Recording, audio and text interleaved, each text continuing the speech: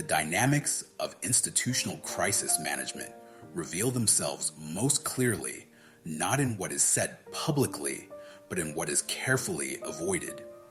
When media reports emerged suggesting connections, however tangential, between individuals associated with the royal family and controversial figures from high-profile legal cases, Buckingham Palace faced a challenge that required navigation through unprecedented territory. The allegations were not direct. No formal accusations named specific wrongdoing, but the implications alone, carried through association and timing, created a reputational risk that tested the monarchy's traditional approach to scandal management. Today, we examine how the palace responded to innuendo without evidence, why silence was chosen as strategy despite public curiosity, and what this episode reveals about institutional priorities when managing controversies that exist in the space between rumor and substantiated fact. The pattern began with quiet circulation among journalists rather than public announcement. According to editors who received early briefings, material described as sourced from legal proceedings referenced individuals in elite, social, and professional circles. The framing was deliberately vague, avoiding explicit allegations while suggesting patterns of association. For royal communications staff, this created an immediate problem. Responding to vague implications risks legitimizing narratives built on speculation. Ignoring them risks appearing evasive or concerned. The choice between engagement and silence is never neutral when dealing with stories that invoke both royalty and scandal. Palace advisors gathered multiple times during the initial 48 hours to assess exposure levels. The primary concern, according to royal correspondents who spoke to insiders, was not legal liability. No crimes had been alleged against anyone in the royal household. The concern was contamination by proximity. Once names circulate in contexts involving serious criminal investigations, even without direct connection, the reputational residue can be difficult to remove. This is the nature of scandal in the digital age. Association matters as much as action. Proximity can be as damaging as participation. The institution understood this immediately. Two schools of thought emerged within palace walls. The first faction, aligned with traditional crisis management protocols, argued for complete non-engagement. Their reasoning was straightforward. The material made no allegations, named no actions, and existed primarily as suggestion rather than substance. Any official response, even a denial, would validate the narrative by acknowledging it. The press operates on reaction. Without institutional response, stories that lack factual foundation typically fade. This approach had served the monarchy through previous scandals, where rumor eventually collapsed under its own weight. The opposing faction, younger advisors more attuned to digital media dynamics, warned that silence could be interpreted as caution or concern. In their assessment, the media environment had changed fundamentally. Stories no longer need print headlines to gain traction. Social media amplifies speculation instantly, and absence of clarification allows speculation to harden into assumed truth. They argued that a brief, firm statement establishing a distance from any impropriety would close the loop more effectively than prolonged silence. The debate was not about guilt or innocence, which was never in question, but about perception management in an environment where implication travels faster than correction. This internal division reflected broader generational and philosophical splits within royal communication strategy. Older advisors prioritized institutional dignity and historical precedent. Newer voices emphasized rapid response and narrative control. The tension between these approaches has defined palace crisis management throughout the Sussex years and beyond. In this case, the traditional faction prevailed, at least initially. The decision was made to hold the line. No statement would be issued. No background briefings would provide context. The palace would not be drawn into a conversation built on implication rather than fact. Meanwhile, media outlets navigated their own ethical calculations. Legal desks across London newsrooms reviewed the material carefully.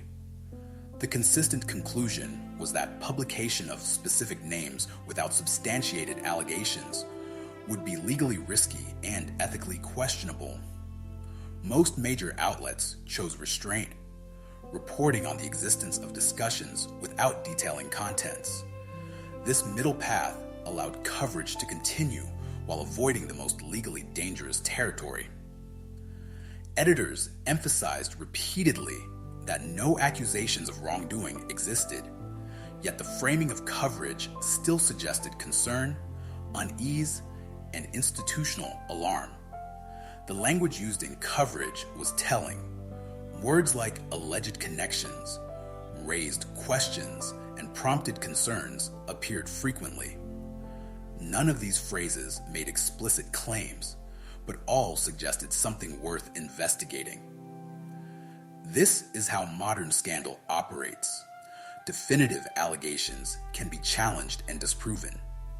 Implications and questions simply hang in the air, inviting audiences to draw their own conclusions. The palace understood this dynamic well. It's why silence, rather than engagement, seemed the safer choice. Responding to questions that should never have been asked can validate the premise that something needed answering. Public reaction followed predictable patterns. Royal watchers divided between those dismissing the entire episode as tabloid speculation and those insisting that where there's smoke, there must be fire. Online forums filled with speculation, constructing timelines and connections based on public appearances and charity events. None of this material was verified. Much was pure conjecture. Yet repetition created familiarity, and familiarity often feels like confirmation. This is the challenge institutional silence faces. It creates space that others eagerly fill with interpretation. Part 2. By the third day, the palace's strategy of non-engagement was being tested. Media coverage had not dissipated as traditional models predicted. Instead, it had migrated from news sections to analysis panels, where commentators debated not the substance of allegations, which remained undefined, but the propriety of reporting on associations without proof. The ethical debate itself prolonged the story, ensuring that audiences heard references to royal connections and controversial figures repeatedly, even as journalists cautioned against inference. Royal correspondents with decades of experience described the situation as uniquely challenging. In previous scandals, there were facts to dispute or confirm. Here, there were only implications to manage. When Prince Andrew's association with Jeffrey Epstein became public, there were photographs, flight logs, and eventually testimony. The palace could respond to specific claims. In this case, there was nothing specific to respond to, only vague suggestions that created reputational risk through association rather than action. This distinction mattered enormously for strategy. You cannot deny what has not been alleged. You cannot clarify what has not been defined. The institutional machinery adapted to this ambiguity. Behind the scenes, palace lawyers reviewed all available material to determine whether any response was legally necessary. The conclusion was consistent. No legal obligation existed to address speculation. However, Legal obligation and reputational wisdom are not identical. Communications staff began preparing potential statements, drafting language that could establish distance without acknowledging specific claims. These drafts were never used, but their existence indicated ongoing uncertainty about whether silence would remain tenable. Attention focused increasingly on procedures and protocols. How does the palace vet associations for working royals? What oversight exists for charitable connections?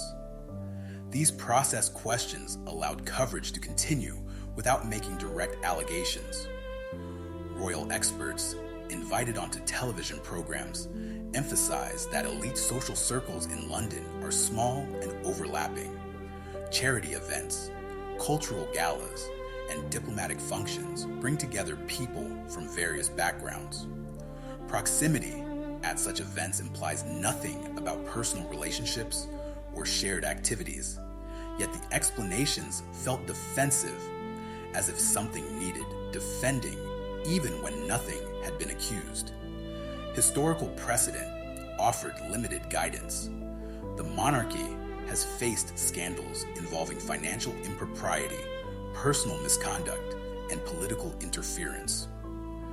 Each time, the response was tailored to specific allegations with definable facts. The current situation existed in murkier territory, where the threat was not accusation but implication, not evidence but association. Royal biographer Hugo Vickers, interviewed during this period, noted that the institution's greatest strength, its longevity and tradition, could also be a weakness when facing modern media dynamics that reward speed and transparency over measured restraint. The role of other royal family members became a subject of quiet discussion. Were any working royals briefed about the circulation of these materials? Did they have concerns about their own associations being scrutinized? According to sources familiar with internal communications, senior royals were informed of the situation but advised to maintain normal schedules and avoid any public comment. The strategy was containment through continuity. Business as usual signals confidence that there is nothing to manage. Any deviation from routine would suggest concern. Prince William and Catherine continued public engagements without addressing the controversy. King Charles maintained his schedule. The message was clear. The institution considered the matter beneath official notice. This approach works when the public trusts institutional judgment. It falters when trust is already compromised. Given years of negative coverage around other royal scandals, particularly those involving Prince Andrew and the Sussexes, public willingness to defer to palace silence was not guaranteed. Expert analysis from crisis communication professionals revealed a key challenge. Dr. Martin Moore, director of the Center for the Study of Media, Communication and Power, noted in interviews that the palace was caught between incompatible demands. The institution's traditional model requires discretion and restraint. Modern media requires transparency and rapid response. When facing allegations, the traditional model can adapt by investigating and reporting findings. When facing implications, there's nothing to investigate because nothing has been explicitly claimed. The palace cannot commission a report into whether associations exist when no specific associations have been named. This structural bind explains much of the palace's paralysis. Advisors were not debating whether to defend against allegations. They were debating whether to acknowledge that implications existed worth addressing. That acknowledgement itself could be damaging, suggesting the institution took seriously what it publicly wanted to dismiss as baseless speculation. The calculus was delicate. Silence risks looking evasive. Engagement risks looking defensive. Neither option cleanly resolved the reputational risk. Media coverage began examining the palace's media strategy itself, creating a second-order narrative. Journalists reported not just on the alleged associations, but on the palace's refusal to clarify them. This meta-coverage extended the story's lifespan significantly. What might have been a 2-day curiosity became a week-long examination of institutional transparency and accountability. Royal commentator Richard Fitzwilliams argued that the palace had misread the moment, that a brief statement establishing that no one in the royal household had been accused of wrongdoing, and that associations at public events were routine and meaningless, could have closed the conversation. Instead, silence invited speculation about what was being protected. The counter-argument from palace defenders was equally compelling. Peter Hunt, former BBC royal correspondent, suggested that any statement would have required specificity. Denying connections to whom, regarding what activities. If the palace referenced specific names or allegations to deny them, they would amplify the very narrative they hoped to suppress. The cleanest exit was to let the story die from lack of oxygen. This required patience and tolerance for uncomfortable coverage, but ultimately avoided giving the story more substance than it deserved. Part 3. By the end of the first week, the palace's containment strategy showed signs of success, though not without cost. Major news outlets had moved on to other stories. The original circulation of material had not led to further revelations or substantiated allegations. Legal analysts confirmed that without specific claims, there was nothing for the palace to legally defend against. The story was cooling, as traditional crisis management predicted it would. However, the episode left residue that would persist in public consciousness and future coverage. The cost of silence became apparent in several ways. First, trust metrics. Polling conducted shortly after the episode showed slight declines in public confidence that the palace operates transparently. The numbers were not dramatic, but they indicated erosion. When institutions refuse to clarify, even on matters where clarification seems straightforward, public skepticism grows. Second, precedent. The palace had established that it would not respond to implication-based coverage, which could embolden future speculation knowing that silence would be the default response. Third, narrative control. By declining to engage, the palace ceded interpretation to commentators and audiences. Different constituencies drew different conclusions. Supporters saw dignified restraint. Skeptics saw evasion. Neither interpretation was definitively correct, but the palace had no say in which would dominate. This is the inherent risk of institutional silence. It preserves dignity, but surrenders storytelling. In a media environment where narrative often matters more than fact, that's a significant trade-off. The episode also revealed internal tensions that would complicate future crisis responses. The split between traditional and modernizing factions within palace communications had hardened. Younger advisors felt vindicated that silence had allowed online speculation to flourish unchecked. Traditional advisors felt vindicated that no statement had been forced, and the story had cooled without institutional entanglement. Neither side fully won, and neither side fully lost. The unresolved tension guaranteed future debates would follow the same fault lines.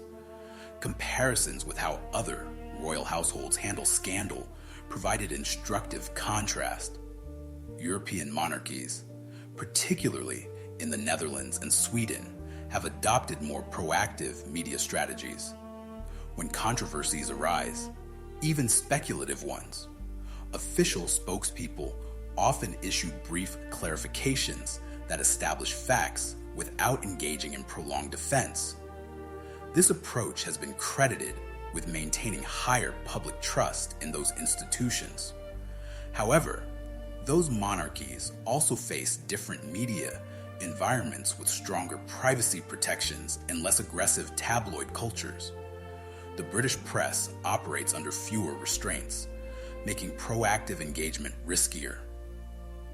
The role of Prince Harry and Meghan in this episode was notably peripheral, yet symbolically important.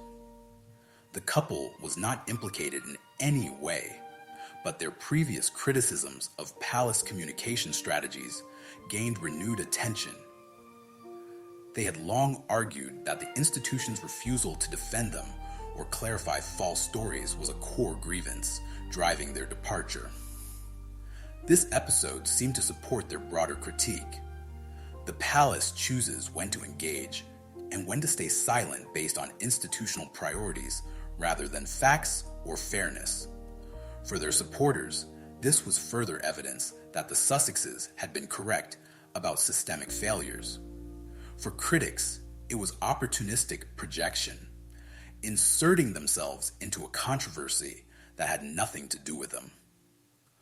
Royal biographer Tina Brown offered a characteristically sharp assessment. She argued that the palace had navigated the episode adequately, but not optimally. Silence had prevented escalation, but it had also prevented closure.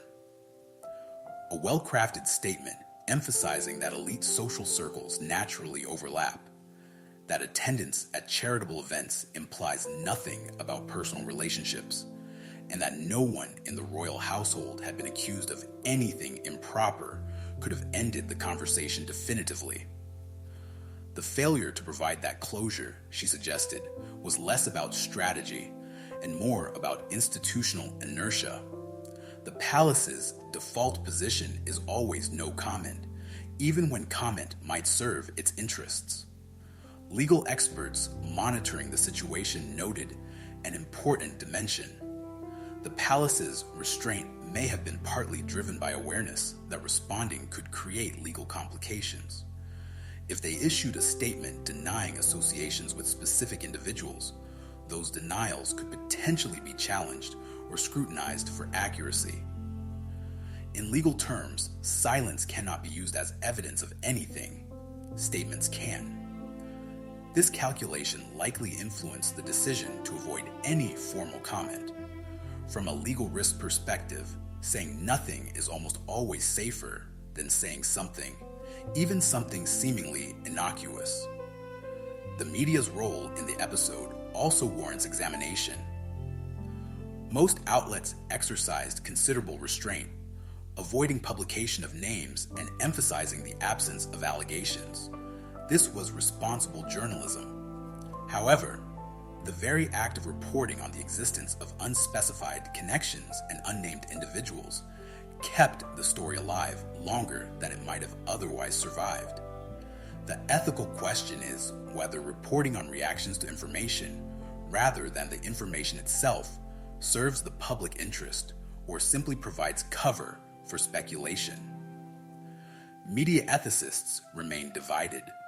Some argue that transparency about what's circulating among journalists is valuable public service. Others contend that it amplifies rumors under the guise of responsible reporting. What became clear by the episode's end was that the palace had managed immediate reputational risk, but had not eliminated it. The story would remain archived, searchable, and available for future reference. Whenever new controversies arise involving any royal family member, this episode will likely be mentioned as context, as part of a pattern of associations requiring management. This is how reputational erosion works in the digital age. Individual stories may cool, but their residue persists. The accumulation of residue, even from incidents where no wrongdoing occurred, gradually shapes public perception in ways that are difficult to reverse. Part 4. As of January 2026, that episode has largely faded from active news cycles, but its implications for royal crisis management persist. The palace demonstrated that its traditional strategy of silence can still contain stories built primarily on implication rather than fact. However, the cost of that containment in terms of public trust and narrative control suggests the approach may need evolution. Modern media dynamics reward transparency and rapid clarification. Institutional dignity, while valuable, may not be sufficient justification for silence when clarification is both possible and seemingly straightforward.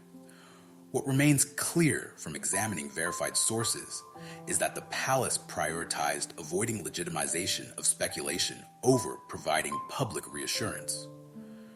This choice reflects a calculated assessment that engagement would have been more damaging than restraint. Whether that calculation was correct depends on one's perspective.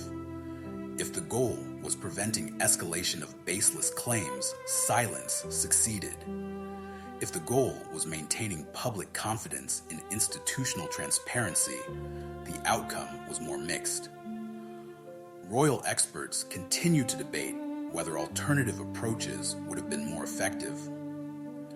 Some argue that a proactive statement early in the cycle could have prevented prolonged speculation. Others maintain that any statement would have required acknowledging specifics that were better left unacknowledged. The tension between these positions reflects a fundamental challenge. How does an institution respond to threats that exist primarily through the implication without making those implications more concrete through response? What happens next may depend on whether similar challenges arise and how the palace adapts its strategy. If future episodes involve vague associations and unspecified implications, the institution may refine its approach based on lessons from this experience. If the media environment continues to reward speed and transparency, the palace may find its traditional restraint increasingly difficult to maintain without reputational cost. The balance between dignity and engagement is not static. It must evolve with the media landscape. For those following institutional dynamics within the modern monarchy, this episode revealed several truths. First, internal divisions about communication strategy are significant and unresolved. Second, the palace remains deeply uncomfortable engaging with speculation, even when engagement might serve its interests. Third, silence is not neutral, it is interpretive, and the palace cannot control how that silence is interpreted once it chooses it as strategy. Fourth, reputational management in the digital age requires accepting that even successfully contained stories leave searchable traces that compound over time. The broader implications extend to how institutions navigate scandal in the modern media environment. The palace is not unique in facing this challenge. Corporations, governments, and public figures all struggle with when to respond and when to ignore. The royal family's experience suggests that the old rules, stay silent, maintain dignity, let baseless claims die on their own, may need modification. Silence still has value, but its costs have increased as the speed and permanence of media coverage have changed. As we continue observing how Buckingham Palace manages its public image amid ongoing challenges, this episode will serve as a case study in the limits of traditional crisis management. It demonstrated that silence can contain immediate damage, but cannot eliminate underlying reputational risk. It showed that institutional divisions about strategy can paralyze decisive action, and it confirmed that in the modern media landscape, choosing not to speak is still a choice, and it carries consequences that the institution cannot fully control once made. For the monarchy moving forward, the question is not whether future controversies will arise. They will. The question is whether the lessons from this episode about the costs of silence, the persistence of implications, and the importance of narrative control will influence how the institution responds next time. The palace preserved its dignity in this instance, but dignity alone may not be sufficient currency in a media environment that increasingly demands transparency speed, and willingness to engage rather than retreat. Time will reveal whether the institution adapts or whether its traditional approach, dignified silence in the face of speculation, remains its default response regardless of changing circumstances.